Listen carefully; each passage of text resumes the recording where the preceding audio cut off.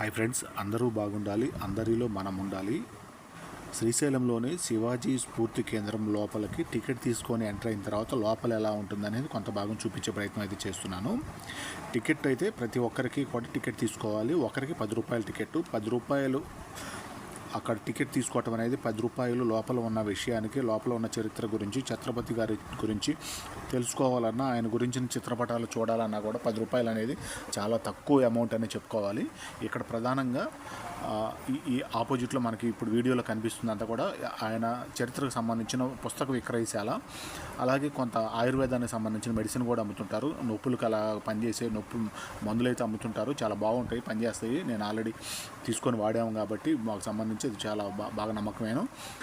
ఆ లాస్ట్ వైపు కనిపించే బిల్డింగ్ అయితే అది విఐపీస్ ఎవరైతే ఉంటారో ఈ శివాజీ ట్రస్ట్కి సంబంధించి వారు ఉండే గదులు సంబంధించి వాళ్ళ కాటేజ్ అనుకోవాలి.